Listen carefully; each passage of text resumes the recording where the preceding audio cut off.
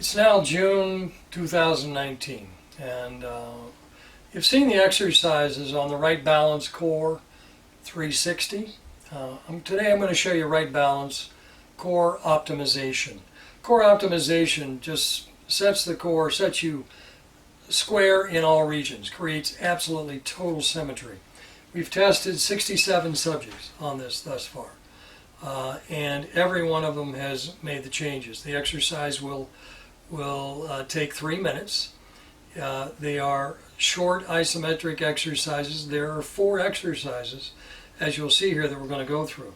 But I want to show you functionally, before we do a functional test of me. I've disrupted my core. I want to show you where I am. So if I stand tall and just relax, you can see how much rotation I have. My eye always open. I always rotate left, no matter what I'm doing. And you can see the left rotation here. And every stance width I go to, I'm rotating. If I take, I'm on the lower core number, so if I take a step forward, you can see how much more rotation I have. If I put my heels on the line, on my left heel on 0, my right heel on 1, the pelvic floor there, you can see, again, I still have the rotation. I take a step back, staying in that same stance width, I still have rotation.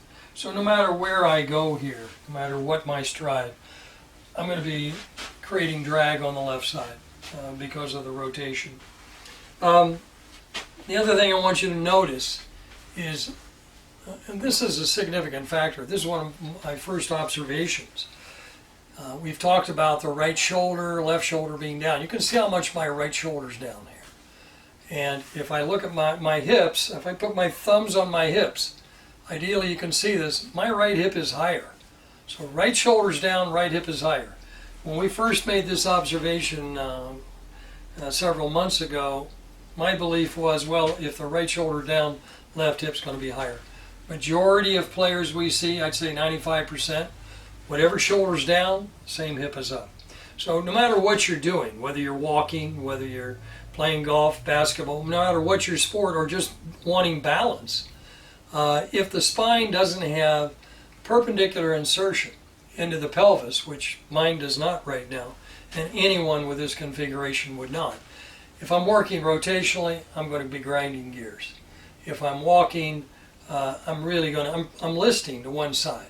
So as we go through this, I want you to notice the changes that occur by exercise as we do this. So one other thing I want to show you is, because my hips rotate left, and you can probably see that they're pretty significantly left, as I bend forward, I will go, if I'm picking up a box, I won't go straight down. This is the comfortable position, and I'll pick it up. That's putting tremendous stress on the spine. And the potential for herniating a disc in that position is always present. So let's get everything square. I want you to notice when I'm done, my pelvic rotation, my hips and shoulders will be absolutely level, and you can do all of this in 3 minutes. The question is always, how long does it last? Now, I've been doing the core exercises for years. Mine will last 12 to 24 hours. So the longer you do them, we're going to be doing 5-second holds here as a demonstration, and that's how we tested the 67 subjects. 5-second holds in 9 core regions. So if you want to increase the duration, I would say increase the duration in terms of how long it lasts, increase the duration of the exercise. These are my 9 core region stance widths. If you do these exercises anywhere other than on these, you're going to have a totally disrupted core. We've tested it, it will happen. And I'll show you why as we go through. It's part of the functional testing. So if you don't have a strip that has 9 stance widths based upon your core regions, please go to rightbalance.com, click on Find a Right Balance Professional. We have them all over the world now. So ideally they're in your region. Okay, so the first exercise I'm going to do, first 2, you have to maintain a very tall posture. And the first exercise I'm going to do is simply rotating my shoulders forward not raising them, rotating them forward, taking my hand, the back of my hands, putting them on my thighs, and I'm going to hold that for 5 seconds in each of the core regions. So that's the first. I'm going to do all upper core first, because I want you to see the effect and what happens and how there's a cascading effect through the core. So I'm on 7, widest number here. 7, 8, and 9 are my upper core numbers. So I'm going to go here, rotate shoulders forward toward the sternum, hold that, 1, 2, 3, 4, 5. Okay, and I'm going to go to the next number. You can see I still have rotation. 1, 2, 3, 4, 5. Stay tall as you do these. If I go back to 7, I still have rotation.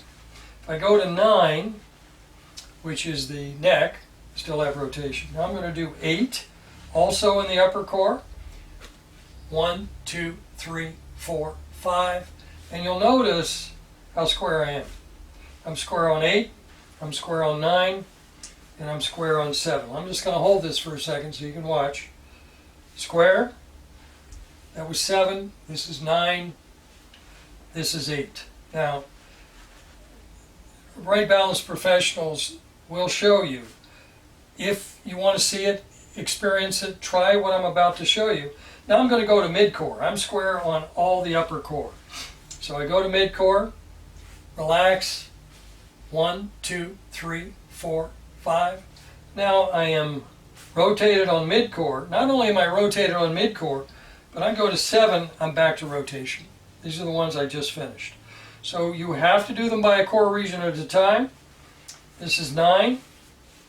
This is 8. I am more rotated now than I was a while ago on these numbers. So that was 5, which is the middle of my core. Now I'm going to do 4, mid-core also. 1, 2, 3, 4, 5. Stay tall.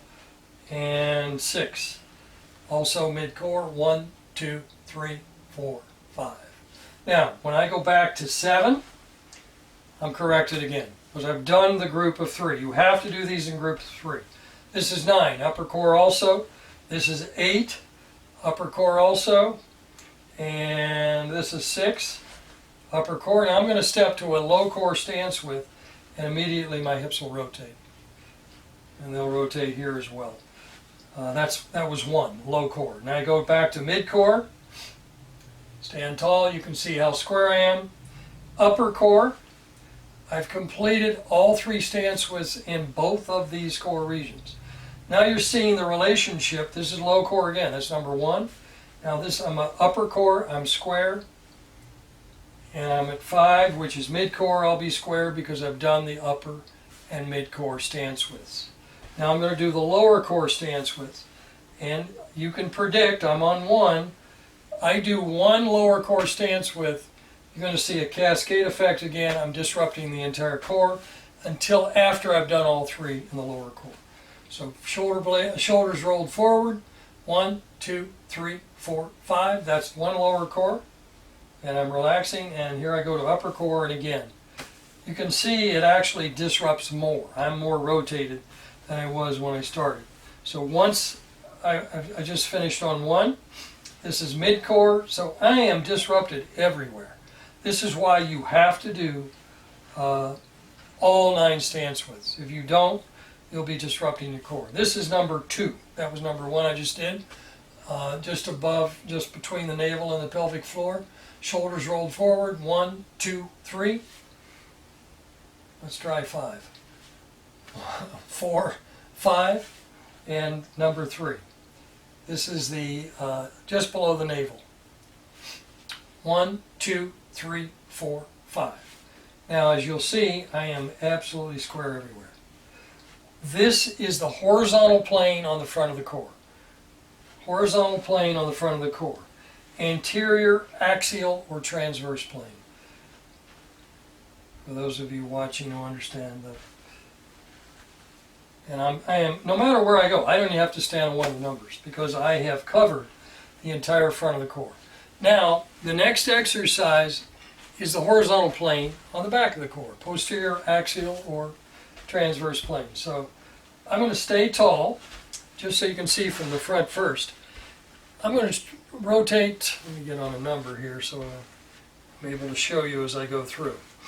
Okay, I'm going to go to a carrying angle position, meaning my palms are out, pinch my shoulder blades together, and hold that to a count of 5. So we're going to do that now.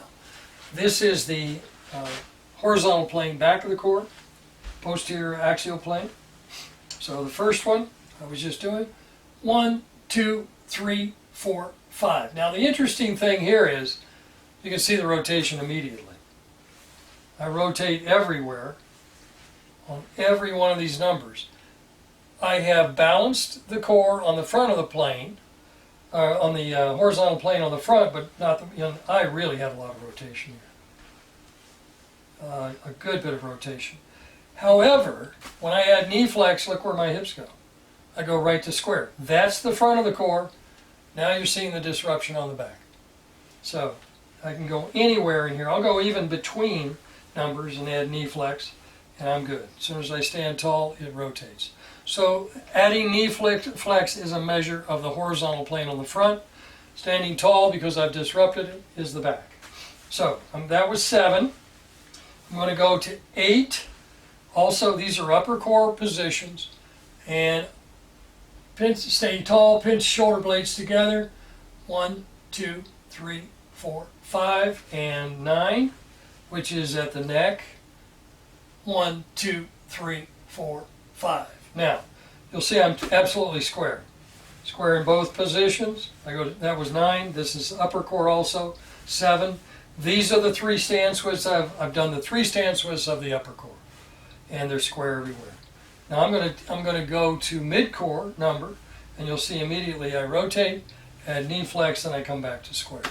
The knee flex position is a measure of the front of the core, not the back. So if you're seeing pelvic rotation in a student, client, whatever, have them add knee flex on their numbers, and you can actually tease out, is this coming from the front or the back? And you'll sometimes see it just by region. This is great, by the way, for pain management as well. That was upper core. I'm going to go to mid.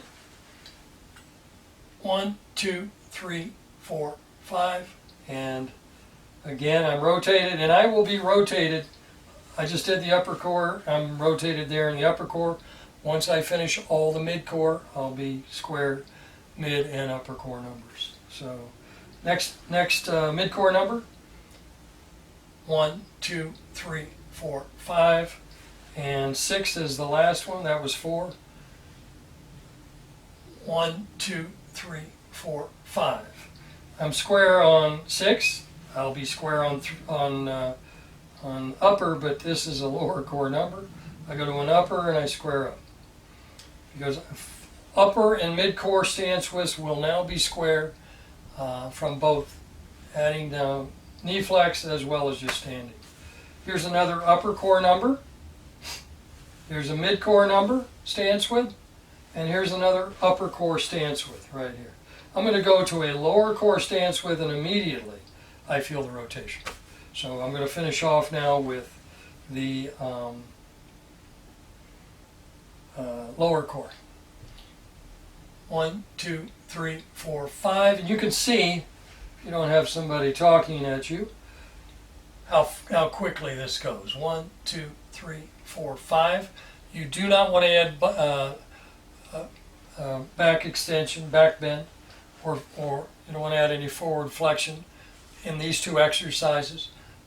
1, 2, 3, 4, 5. Now I will be square no matter where I go. No matter what stance width, I have covered the entire core. Those 9 stance widths cover the entire core, regardless of what plane you're working on. That's the front and back horizontal plane. Now let's take a look at the obliques on the front, and then we'll look at the obliques on the back. So again, to check this, if I'm doing obliques on the back, I take a step forward, you'll see I have the rotation. That's coming out of the obliques on the back. If I step up and I take a step back, this is the obliques on the front, which is what we're going to work now. So we'll double check those when we're done. You'll notice that even though I've done those and my hips are square, my shoulder is still down. We still have right shoulder tilt and right hip. Right hip is higher. If you look in a mirror, you'll see it. The next exercise we call the swimmer's launch position, and this was one of the discovery points. So the swimmer's launch position is we're doing the same exercise we did standing tall, except we're adding forward flexion. We're going to add a little knee flex and bend, and watch what happens when I stand up, by the way. And here I am. This is at 1, 2, 3, 4, 5. I stand up. Look how square my shoulders are. And my hips are going to be pretty darn similar. You could do this in front of a mirror, even if you don't have a plank strip you go to one stance with. But watch what happens as soon as I raise my foot. My right shoulder just dropped again. So the connection to the ground and the whys of all of this, we have some understanding, we believe, speculation, but I'm not going to spend your time now. In other videos that we're preparing, we'll go into what's going on within the body that's creating these changes. So that was 7. Yeah, my hips are square, and I'm going to go to 8. Add a little knee flex, forward bend, roll. Your shoulders need to be rolled forward. 1, 2, 3, 4, 5, and 1, 2, 3, 4, 5. Now I have done all 3 upper core. So here's another strip here. Notice when I stand on 7 how level my hips and shoulders are. If I go to 9, which is also an upper core number, now my hips and shoulders are level. If I go to 8, my hips and shoulders are, you're going to see they're also level. So I'm going to go, this feels like, and now I just felt like I just stepped off a curb. I went to a mid-core number. This is upper. Everything comes back. So you can see the subtlety of this. Test this as you do it. So now I'm going to do mid-core. I'm going to go on through this now. Shoulders rolled forward. 1, 2, 3, 4, 5. Mid-core. I'm going to go to, that was 5. I'm going to go to 4, which is just above the navel. You want to stand tall, reset. 1, 2, 3, 4, 5, and 6. Mid-core, shoulders rolled forward. 1, 2, 3, 4, 5. Now, if I were to take a step forward, you'll see, and this is upper core, I have rotation. I just finished mid-core. If I take a step forward on any one of these, I have rotation. However, if I take a step back, on the ones that's a mid-core number, I'll be absolutely square. Ideally, you're able to see that on the camera. If I go again, if I move this heel down to, let's go to 1, and you can already see, taking a step back, I haven't done the lower core, and you can see the rotation. We'll talk about the implications of this in terms of gait, running, off starting blocks, walking, jogging, and injury prevention is quite significant here. So now I'm going to do low M, and if I go here to a mid-core number, notice my shoulders. My hips are level. I just finished. I've done upper core, that's a 9 upper core stance width. As soon as I go to 1, then I just felt everything rotate or tilt this way. And my hip, my right hip is higher, not from this position, but right shoulder's down, right hip is up. Terrible position, setting whether I'm seated, standing, whatever I'm doing. Terrible position of the spine and pelvis. So let's finish off with the lower core. 1, 2, 3, 4, 5. Next lower core number, stance width. Number 3, that was 1. 1, 2, 3, 4, 5. And form is everything here. This is 2, just between the navel and the pelvic floor. 1, 2, 3, 4, 5. Now I've blanketed the core. My hips are square, and I've balanced the front. No matter where I go now, I can go narrow.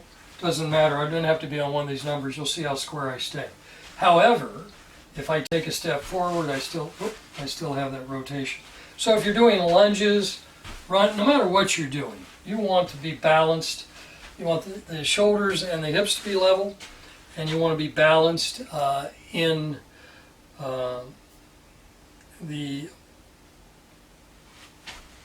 as you move forward, you want to gate where everything is working together. So take a look at my hips and shoulders now.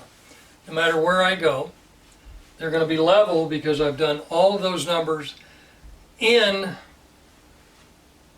the vertical plane on the front of the core. We believe obliques are significantly involved here, and here, and here. So you can see I can go in between where I'm not on one of the 9 stance widths now. Once you've done the 9 stance widths, no matter what stance width you go to, you're going to be square. And this has significant implications for every sport. And in subsequent videos, I'm going to take you through those sports. Golf is, show you the result here in a moment. I didn't show you before, but you'll be able to test it. Okay, next exercise. It's the same exercise with the carrying angle position, except I'm going to add knee flex. Now my spine is on the same angle as my thigh angle, so I want to bend back a little more. 1, 2, 3, 4, 5, and hold that position for a count. So I'm going to go, that was 7. Now I'm going to go to 9, also upper core. 1, 2, 3, 4, 5, and 8. Upper core. 1, 2, 3, 4, 5. And make sure you hold this position and you're pinching your shoulder blades together as you go back. And not sure I did 9, so I'm going to do 9. 1, 2, 3, 4, 5. Okay. Now I'm going to do midcourt. 1, 2, 3, 4, 5. And that was 5. I'm going to go to 4 midcourt. 1, 2, 3, 4, 5. And now I'm going to 6 midcourt. 1, 2, 3, 4, 5. And now we're going to do lower core. 1, 1, 2, 3, 4, 5. And 2. 1, 2, 3, 4, 5, and 3.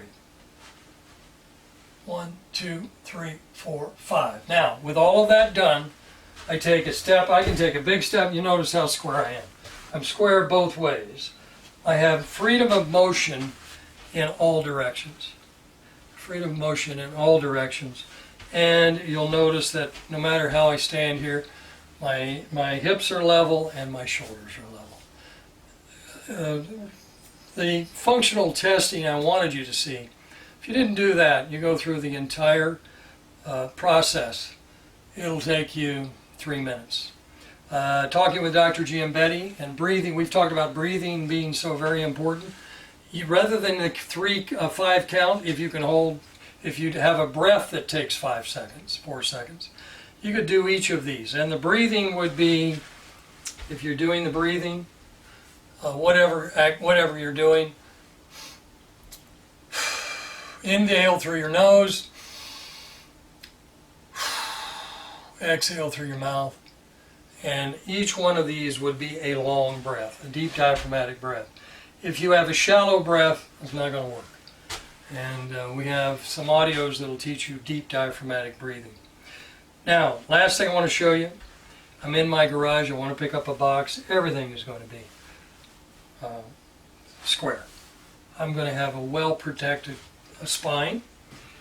This one I'm going to show you in the next video because golf is where all of this began. Notice how I see the back of my left hand. That's called a very strong grip. Strong is clockwise, weak is counterclockwise. But no matter where and how I grip this club, that club face does not move now. So through the swing, that club face is not going to move. The other thing you'll notice, if you've watched some of the other videos about posture and how hands change. So if I set my posture, notice how my hands hang the same. No matter where I go here, I'm able. Not only that, we had one position of rotation. I didn't start the video with that, but I'll show you now. Notice how much rotation I have. in both directions. Now I'm flat-footed.